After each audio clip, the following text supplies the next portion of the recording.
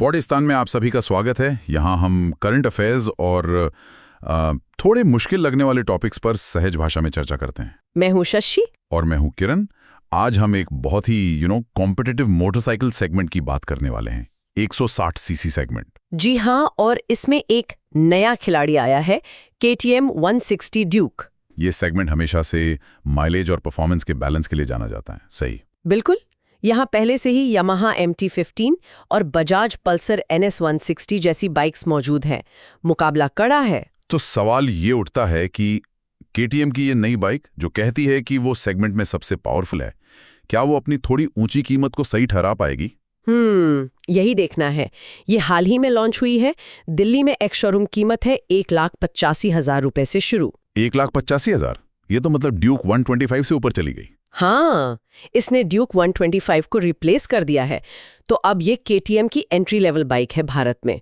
मतलब KTM का focus अब थोड़े प्रीमियम ग्राहक पर है, ऐसा लगता है। अच्छा, और सबसे बड़ा हाईलाइट तो इसका इंजन ही होगा, है ना? बिल्कुल। इसमें 164.2 सीसी का single cylinder liquid cooled engine है। लिक्विड कूलिंग जरूरी है इस लेवल पे परफॉर्मेंस बनाए रखने के लिए। सही कहा।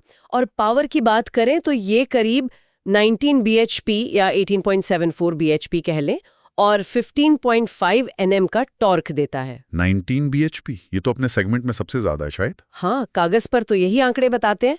KTM दावा भी कर रही है कि ये सेगमेंट की सबसे पावरफुल बाइक है। और इसमें 6 स्पीड गियर बॉक्स भी है। जी, असिस्ट और स्लिपर क्लच के साथ। इससे क्लच हल्का लगता है और तेजी से गियर नीचे करने पर वो पहिया लॉक होने वाली दिक्कत कम हो जाती है। ये अच्छी बात है। पावर टू वेट रेशियो का भी जिक्र था। हाँ, KTM कह रही है कि पावर टू वेट रेशियो भी बेहतरीन है। मतलब पिकअप अच्छा होना चाहिए, फुर्तीली होनी चाहिए बाइक। फीचर्स पे आते हैं जरा।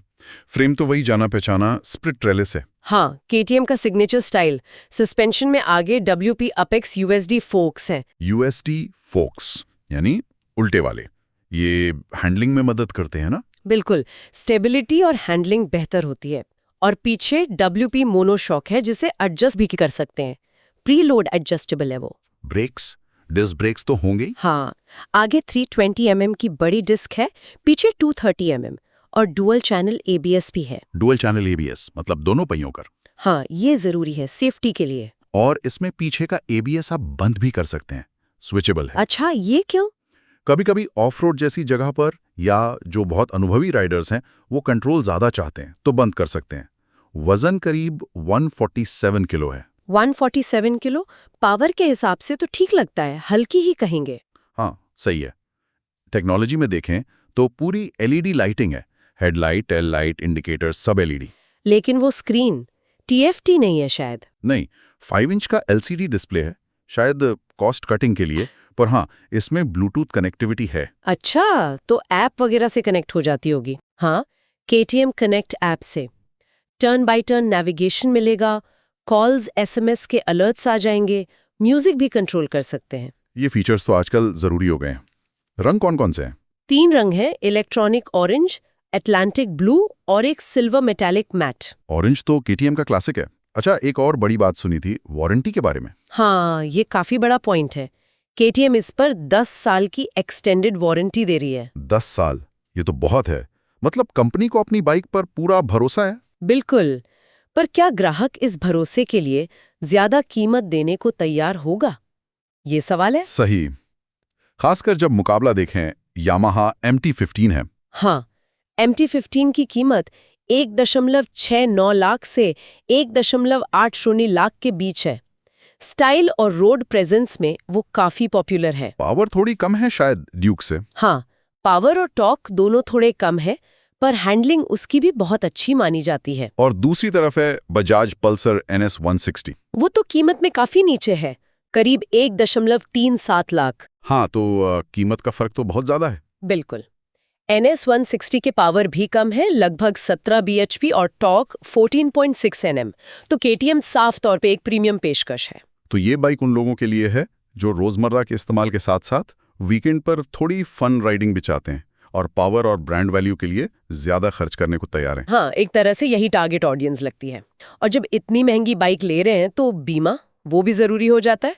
हाँ, बाइक इंश्योरेंस तो खैर कानूनी तौर पर भी जरूरी है, कम से कम थर्ड पार्टी वाला। पर कॉम्प्रिहेंसिव लेना बेहतर है। आपकी बाइक को एक्सीडेंट, चोरी या बाढ़ जैसी चीजों से बचाता है। और कैशलेस रिपेयर की सुविधा भी मिल जाती है अगर नेटवर्क गैरेज में जाएं तो नई बाइक के साथ ये जरूरी है। बिल्कुल। तो कुल मिलाकर देखें, KTM 160 ड्यूक एक मजबूत एंट्री है, पावरफुल है, फीचर्स अच्छे हैं, स्टाइलिश है, लेकिन महंगी है। हाँ, सीधी टक्कर MT-15 से है और NS 160 से काफी ऊपर है। ये सेगमेंट अब और भी रोमांचक हो गया है खरीदारों के लिए। देखते हैं मार्केट इसे कैसे लेता है। बिल्कुल। अगर आपको ये चर्चा पसंद आई हो तो पॉडस्कान यूट्यूब चैनल को सब्सक्राइब जरूर करें। और कमेंट्स में हमें बताएं कि आपको ये बाइक कैसी लगी और आप आगे किन टॉपिक्स पर हमसे सुनना चाहेंगे। और जाते जाते एक सवाल छोड़ जाते हैं सबके लिए, क्या KTM के इस कदम से दूसरी कंपनियां भी अपनी 160cc बाइक्स को और अपग्रेड करने पर मजबूर होंगी? अगर हाँ, तो ग्राहकों के लिए तो अच्छी खबर है।